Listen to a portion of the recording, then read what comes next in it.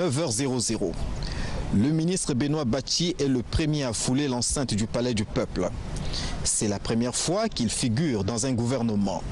Vous avez été récemment nommé ministre, c'est donc votre première fois de franchir le Palais du Peuple en Conseil des ministres. Quelles sont vos impressions? Vous me demandez les impressions, elles ne peuvent être bonnes vous aussi. Vous oubliez ça? Vous venez, on vous nomme ministre, vous venez pour un Conseil de ministres et puis vous pensez que les impressions sont mauvaises? Non, elles sont très bonnes, hautement bonnes. Je suis ministre délégué auprès du Premier ministre chargé de l'économie numérique et de la prospective. Voilà un champ nouveau. C'est nouveau, c'est excitant. C'est bien fait de le rappeler. Merci.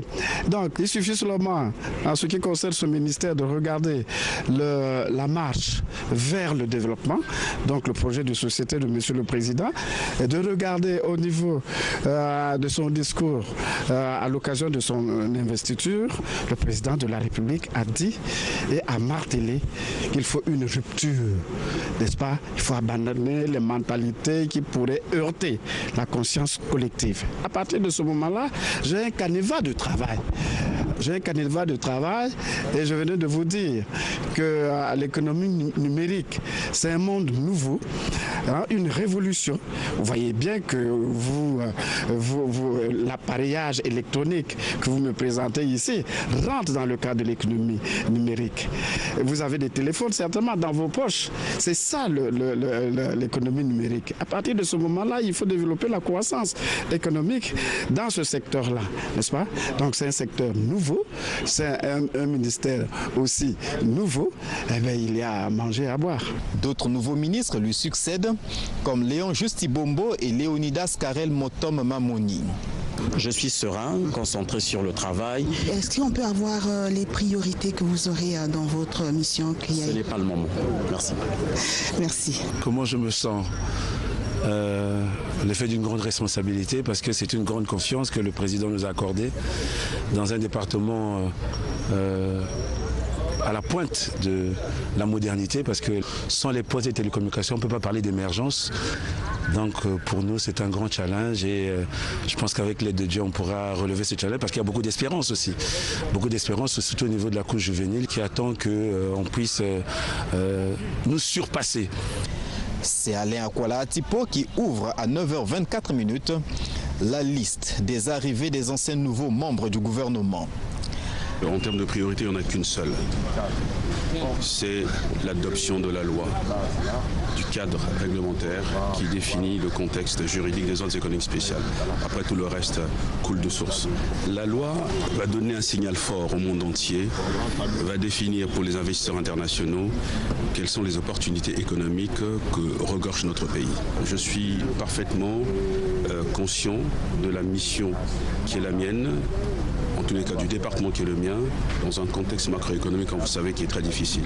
À chaque arrivée, les chevaliers de la plume et du micro, en compagnie des opérateurs de prise de vue, se déploient comme des essaims d'abeilles.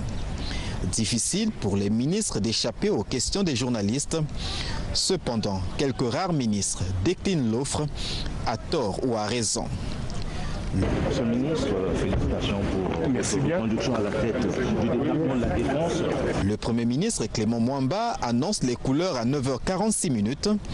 D'un pas ferme, il s'oriente vers la salle du Conseil des ministres, conscient du poids de la responsabilité et de la partition qu'il doit jouer dans le nouvel exécutif. On démarre avec le premier conseil, et pour cela tous les ministres mobilisés, nous allons donner le temps que j'ai annoncé pour faire démarrer les affaires de la République. Le travail a commencé depuis un certain temps. Maintenant, ce que je pense que le président de la République, dans son discours cadre, à l'occasion de son investiture, a donné les grandes orientations. Mais aujourd'hui, c'est le premier conseil des ministres. Attendant de voir justement comment le président de la République et le Premier ministre enfonceront le clou pour orienter l'ensemble des départements ministériels ministériel dans celui des hydrocarbures dont j'ai la charge. Et ensuite, je saurai vous donner donc plus de, on va dire, de détails sur la rupture, mais je pense que les grandes lignes sont connues. Toute économie et tout social, donc, et surtout sur les comportements où il va falloir rompre avec un certain nombre de comportements du passé. Bon, vous savez que je suis là depuis le 10 août, je viens d'être renouvelé. Attendons de voir ce que le président de la République nous dira et seulement après, nous pourrons venir vers vous. Je me sens heureux et flatté. L'agriculture, l'élevage et la pêche, c'est le ventre du Congo. Voilà. On nous a donné la charge de soigner ce ventre. Nous allons le faire comme nous le pourrons. N'oubliez pas que j'ai été directeur général de l'économie rurale qui regroupait la forêt, l'agriculture, l'élevage et la pêche. J'ai été directeur général. Je connais les problèmes, les enjeux et les défis à relever. Mais je vais travailler avec tout le monde pour qu'on y arrive. Je suis très sensible à la marque de confiance. Puis le reste, on va se mettre au travail. Merci beaucoup.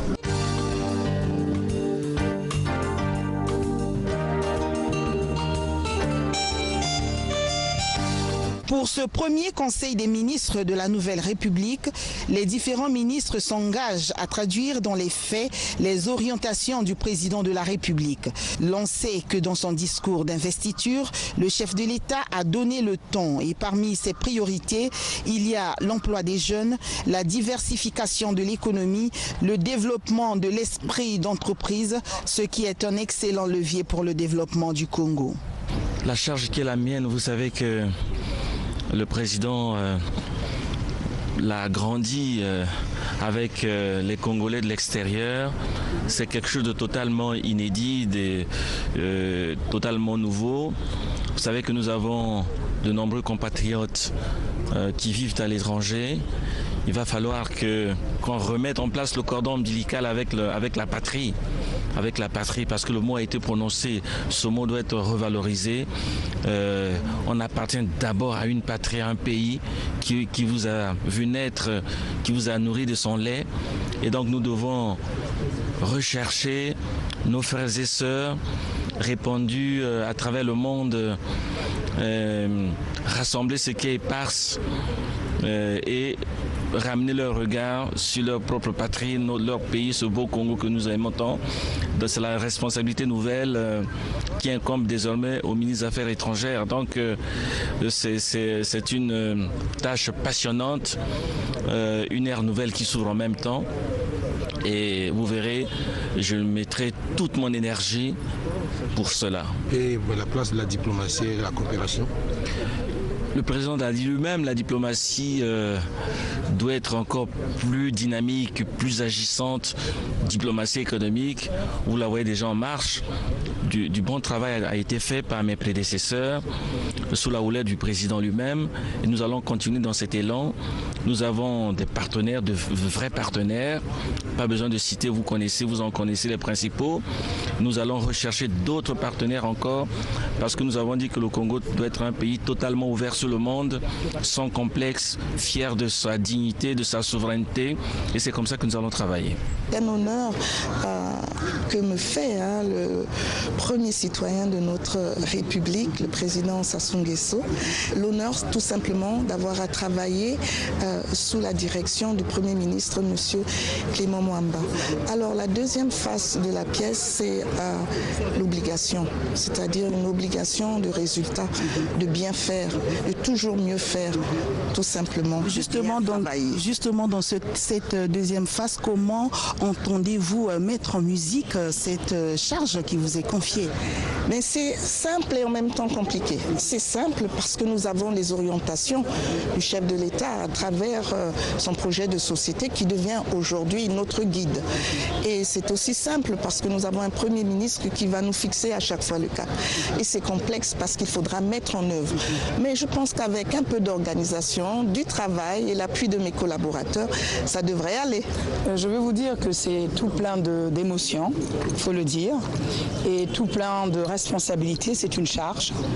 Et en tant que ministre du Tourisme, en tant que vitrine du Congo, vous pouvez imaginer le poids et la responsabilité quand nous parlons de diversification de l'économie, et le tourisme est l'un des secteurs économiques piliers dans le cadre de certaines économies, et nous avons l'ambition de faire que le Congo également ait un tourisme qui s'ouvre tant pour les Congolais que sur l'extérieur. Du chemin d'avenir, la marche vers le développement, le président l'a bien dit. Donc nous devons poursuivre notre longue marche vers le développement. Je pense que l'objectif aujourd'hui, c'est de transformer positivement notre pays, une transformation spatiale importante. L'aménagement réussi du territoire permettra un véritable désenclavement, une véritable ouverture du pays vers le voisinage, et ce qui nous amènera à coup sûr à une diversification de l'économie nationale. Donc je pense que le travail se poursuit. C'est aussi dans la continuité, puisqu'il y a eu des résultats importants sur les infrastructures dans ce pays. Et quels seront vos défis pour ce nouveau quinquennat? Mais vous savez que les infrastructures de développement, c'est peut-être la chose la plus difficile et la plus coûteuse. Il s'agit de transfigurer un territoire national en pleine Afrique équatoriale, donc dans des zones forestières, des zones difficiles d'accès pour lesquelles les coûts des travaux sont généralement exorbitants. Et donc c'est vrai qu'il y a eu des grandes avancées dans le désenclavement. Il reste encore à désenclaver aussi d'autres parties du pays, telles la Likwala, à travers un corridor que nous appelons 13 pour ouvrir le pays vers la partie nord, donc vers la République centrafricaine.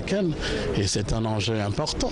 Il s'agit aussi d'augmenter, par exemple, les quantités de production d'énergie à travers un barrage comme celui du Sunda, et continuer effectivement des progrès intégrateurs dont le président de la République est le champion, de le pont route rail sur le Congo qui ouvre notre pays vers la République démocratique du Congo. Donc c'est des enjeux importants parce que l'objectif est véritablement la diversification de l'économie nationale.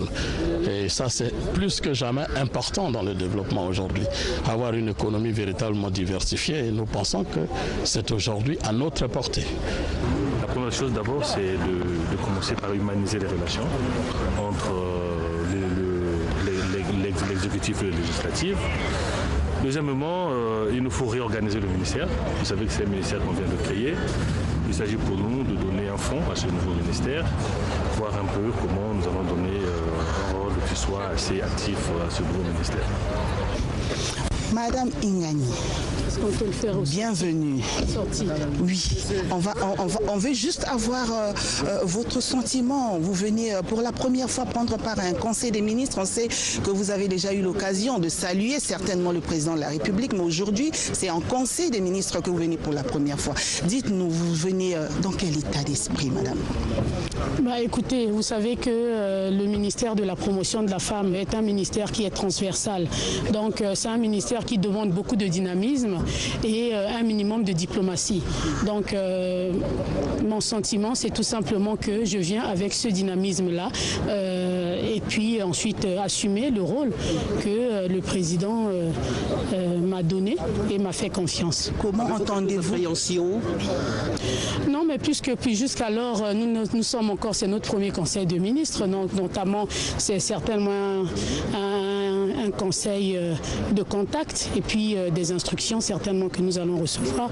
Pour l'heure, nous n'avons pas encore reçu de feuille de route ou d'indications spécifiques ou d'orientation spécifique. Ceci dit, nous avons le programme du chef de l'État.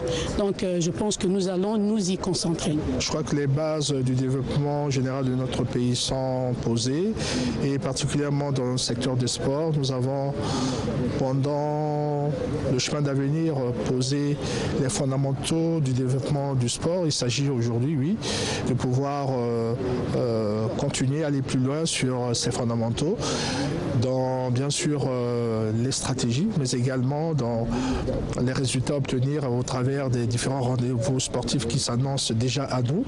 Nous avons la CAN Gabon 2017 qui est en ligne de mire. Nous y sommes dans le cadre des éliminatoires. Nous avons bien sûr la CAN des U20, mais nous avons également le challenge Edith Lucy-Bongo-Ndimba en handball à la fin de l'année. Nous avons les Jeux olympiques à Rio et l'Afro-Basket. Nous venons de bénéficier effectivement de la confiance des Africains pour l'organisation de l'Afro-Basket dans un an. Donc il s'agit là des rendez-vous sportifs qui méritent une diligence. Je remercie le président de la République de m'avoir une fois de plus fait confiance. Nous allons travailler bien sûr et puis on va tout faire pour réussir notre mission au sein du gouvernement. Nous continuons à travailler et pour le bien de notre population. Voilà. Pour aller plus loin ensemble. Plus loin ensemble, toujours ensemble. Monsieur le ministre, nouveau ministre à la tête de la fonction publique, alors quel est votre ressenti? Un ressenti de satisfaction devant la confiance que le président de la République vient de faire en ma modeste personne et sur proposition de monsieur le Premier ministre. Alors, quels sont vos défis à la tête de ce département? Être utile à la mise en œuvre du programme du président de la République qui est très ambitieux pour le peuple congolais.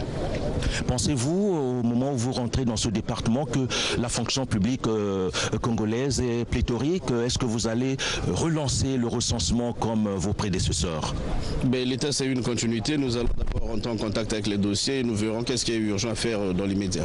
Le travail continue et je suis heureux d'avoir eu la confiance du président pour poursuivre ce travail avec lui, pour que le Congo avance et qu'on aille plus loin ensemble. Merci. Avez-vous une idée des priorités qui vous attendent? Les priorités sont les priorités sociales. Il faut régler tous les problèmes qui gênent les Congolais, faire que les retraites se passent très bien et que soient anticipées et que nous tous sommes appelés à sortir un jour du domaine professionnel. On vient de plus perdre le temps à Brazzaville et courir pour toucher nos pensions. C'est ça le grand chantier. Écoutez, c'est un sentiment de responsabilité et le président est quelqu'un qui fédère autour de lui.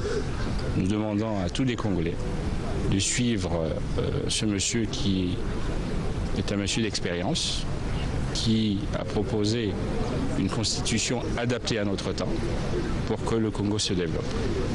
Le redressement du système éducatif, c'est la priorité des priorités. La réforme du système éducatif devra être la mère des réformes. Le président l'avait d'ailleurs dit lorsqu'il a rencontré les jeunes lors du dialogue intergénérationnel. Les jeunes en avaient appelé à de profondes réformes dans le système éducatif et nous avons la mission d'engager ces réformes, de les poursuivre, de les mettre en œuvre. C'est déjà celle-là la priorité. Vous comprenez que dans notre pays, il y a plein de problèmes concernant les questions foncières et chacun de nous fait l'effort de ne pas comprendre que maintenant c'est la rupture et que le message du président c'est de changer les comportements.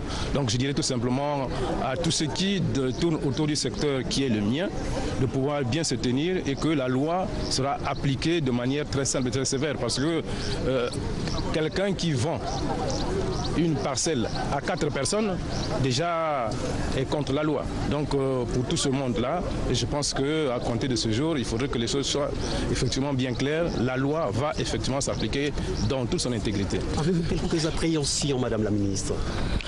L'appréhension, c'est le conflit homme-éléphant.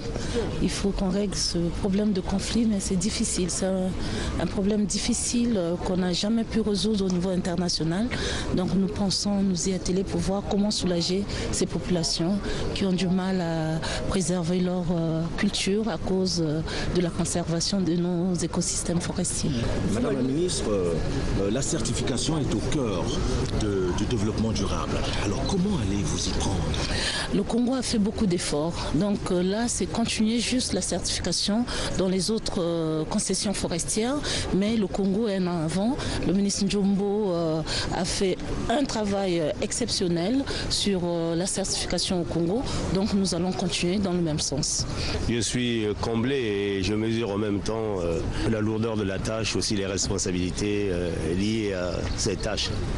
Tout a été défini dans le programme du président de la République et j'ai eu un excellent prédécesseur qui a très bien travaillé et donc je ne prends qu'un dossier qui a été déjà mâché, notamment les examens qui vont se passer dans un mois. Je mesure la responsabilité de la tâche qui m'incombe, surtout avec le nouveau secteur qui vient d'ajouter, à savoir le secteur informel. Donc je comprends toute la dimension, n'est-ce pas, de la tâche à accomplir et la responsabilité qui sera la mienne. Alors, s'il m'a fait confiance, il me revient de pouvoir tout mettre en œuvre pour que j'arrive à aller dans le sens du programme qui va lui permettre de dire à la population mission accomplie. Nous comptons bien travailler de manière à mériter cette confiance. Et parmi les priorités qu'il nous aura à faire, bien entendu, ce sera la feuille de route qui nous sera présentée tout à l'heure par le président de la République et demeurer fidèle à sa vision. Voilà ce que je peux vous dire. En tant que ministre de la Justice, il faut savoir que désormais la justice doit être débarrassée de cette gangrène d'anti-valeurs pour faire que cette justice devienne une justice équitable et forte. Et sur cette base-là, le Congo va pouvoir aller très vite à la construction d'un état de droit et à ce moment-là, la loi sera exécutée de manière équitable, je l'ai déjà dit, et donc tous ceux qui pensent que la justice c'est un lieu où toutes les antivaleurs peuvent s'exprimer, etc. En tout cas, il y a un filet dont les mailles sont très petites et tant pis pour celui qui se fera prendre par les mailles du filet. Vous êtes membre du gouvernement, reconduit cette fois-ci dans le département des transports, un domaine assez large. Monsieur le ministre, lorsque vous prenez les rênes de ce département, quel est votre ressenti ? Bon, le ressenti, c'est d'abord, la première chose, c'est de dire que le président a bien voulu me faire encore confiance en me reconduisant au gouvernement et à ce poste. Souvenez-vous que j'étais d'abord ministre délégué au transport fluvial. Donc maintenant, je repars, disons, à la case de départ. Donc c'est d'abord un sentiment de satisfaction personnelle d'avoir bénéficié de la confiance du président. Et quelles sont vos priorités? Les priorités sont là. Nous sommes en train de gérer les infrastructures. Il y a des grandes infrastructures qui sont en train de se construire. Il y a des ports, des aéroports et puis des routes. Et puis il faut relever le défi du chemin de fer qui ne marche pas très bien. Il y a les voies navigables parce que nous sommes un pays de transit. Et nous avons l'océan, nous avons le chemin de fer, nous avons le fleuve. Et sur le chemin de fer, peut-être relancer le vieux chantier de chemin de fer Nord-Congo? Bon, ça c'est... Il faut d'abord régler le problème de celui qui existe avant de parler du futur. Merci, monsieur le ministre. C'est un sentiment d'intense responsabilité. C'est d'abord un honneur de servir le pays et d'avoir la confiance du chef de l'État, suffisamment de confiance pour qu'on puisse mener à bien le programme de gouvernement du chef de l'État. Donc c'est une joie, mais c'est aussi, on pèse le poids des responsabilités. L'état d'esprit, on a déjà eu l'occasion de l'exprimer. Aujourd'hui, quelques jours après, naturellement, on peut dire que la fièvre n'est pas tombée, on est satisfait, on est content, on est évidemment un grand mot de remerciement au président de la République, puisque c'est quand même lui qui a pris cette responsabilité de porter son choix sur notre modeste personne. Et donc, on est content. Malheureusement aussi, il y a le poids des responsabilités aussi, qui tout de suite fait qu'on se ravise, la fièvre commence à tomber parce qu'il y a la lourdeur de ces responsabilités. Ouais, voilà. Quel est votre état d'esprit ce matin de participer au premier conseil des ministres de la Nouvelle République? Bien, chacun de nous, dans sa vie, a commencé le cours préparatoire première année. Et donc je me considère comme au CP1. Je vais apprendre, je commence l'apprentissage. Je suis un peu anxieux, mais je vais maîtriser mes émotions. Un petit bleu, comme on le dit tout vulgairement. Tout à fait, un gros bleu. Nous sommes évidemment tout à fait engagés, déterminés, en conformité avec la campagne, la très belle. Je me suis sentie très honorée et je remercie le président de la République pour la confiance qu'il a placée en moi. Et ce lieu, comme vous le savez, Il est très prestigieux, c'est le plus haut lieu de l'État et j'en mesure les responsabilités. Donc j'ai accepté aussi mes responsabilités avec beaucoup d'humilité. Il y a beaucoup de priorités. Il y a des problèmes urgents qui concernent les catastrophes dues aux éboulements. Nous allons nous retrouver et nous allons faire une visite sur le terrain. Mais pour l'instant, je ne peux pas vous dire parce que je n'ai pas encore fait l'évaluation. Nous allons faire l'évaluation et nous espérons pouvoir prendre des actions très rapidement. C'est ce que nous voulons faire. Alors, de l'ancienne République à la nouvelle République, comment vous sentez-vous? Eh bien, on attendait de se mettre au travail. On est très heureux de voir que la nouvelle République est en train de poser ses premiers jalons de façon concrète avec un Premier ministre nommé par le président, le gouvernement désormais en place, le premier conseil qui se tient, un gouvernement qui, je l'espère, est le premier reflet de cette nouvelle République avec une grande diversité de personnalités, des jeunes, beaucoup de femmes. 8, on n'a jamais eu autant dans ce gouvernement. Un renouvellement certain. Je crois que ceci répond à une attente très forte qui a été exprimée de façon très claire pendant la campagne. Ça signifie que le président a entendu, que le président entend. Et je crois que le gouvernement, je l'espère, continuera à suivre cet exemple, entendre et faire ce qu'on attend de lui. Vous occupez un nouveau département. Avez-vous une idée des défis qui vous attendent? Oui, forcément. D'abord, je voudrais remercier le président pour la confiance renouvelée en restant au gouvernement avec un nouveau mandat, un nouveau chantier. Oui, la recherche scientifique et l'enseignement supérieur sont indissociables, sont étroitement liés. Et donc 4 ans et un peu plus à la recherche scientifique, ça m'a forcément permis de côtoyer de façon étroite l'enseignement supérieur. Oui, je crois que j'en ai plus qu'une petite idée, mais on va travailler et on en parlera un peu plus bientôt.